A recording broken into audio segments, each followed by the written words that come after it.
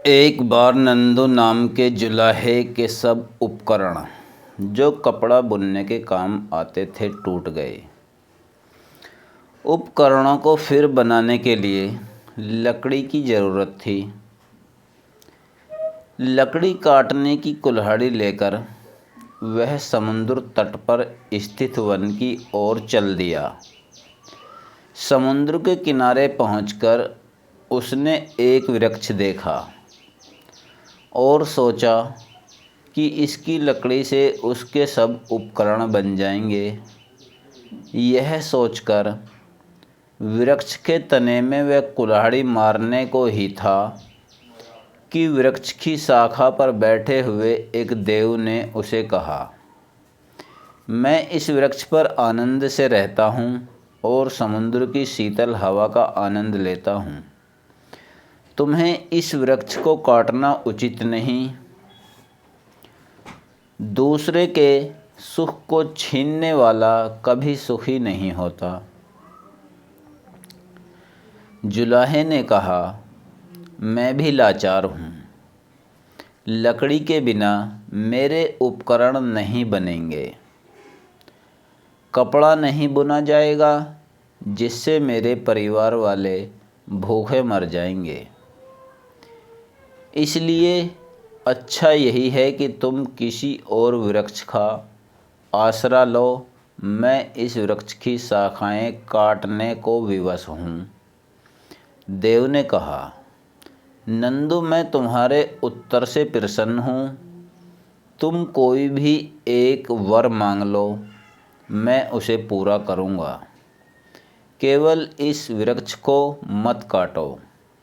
नंदू बोला, यदि यही बात है तो मुझे कुछ देर का अवकाश दो। मैं अभी घर जाकर अपनी पत्नी से और मित्र से सलाह करके तुमसे वर मांगूंगा। देव ने कहा, मैं तुम्हारी प्रतीक्षा करूंगा। गांव में पहुंचने के बाद नंदू की भेंट अपने एक मित्र नाई से हो गई। उसने उससे पूछा, मित्र, एक देव मुझे वरदान दे रहा है। मैं तुझसे पूछने आया हूँ कि कौन सा वरदान मांगा जाए। नाई ने कहा, यदि ऐसा ही है तो राज्य मांग लें। मैं तेरा मंत्री बन जाऊंगा।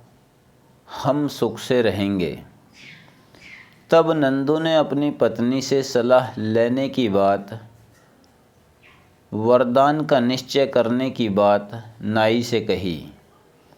नाई ने स्त्रियों के साथ ऐसी सलाह करना नीति विरुद्ध बतलाया।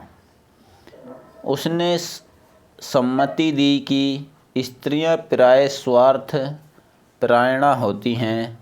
अपने सुख साधन के अतिरिक्त उन्हें कुछ भी नहीं सूझ नहीं सकता। अपने पुत्र को भी जब वह प्यार करती है तो भविष्य में उसके द्वारा सुख की कामनाओं से ही करती है।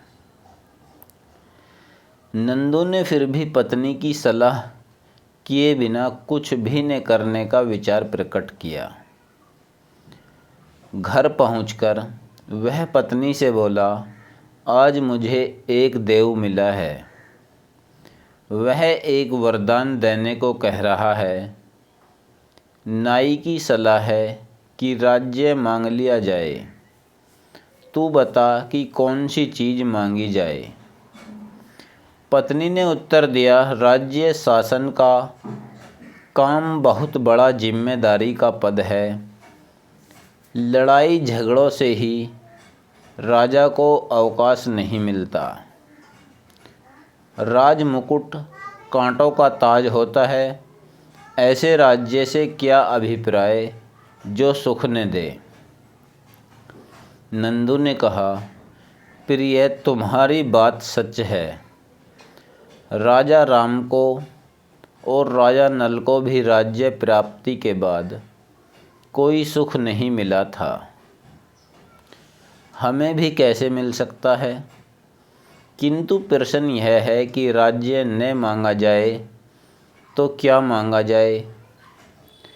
नंदू की पत्नी ने उत्तर दिया, तुम अकेले 2 हाथों से जितना कपड़ा बुनते हो उससे भी हमारा गुजारा पूरा हो जाता है।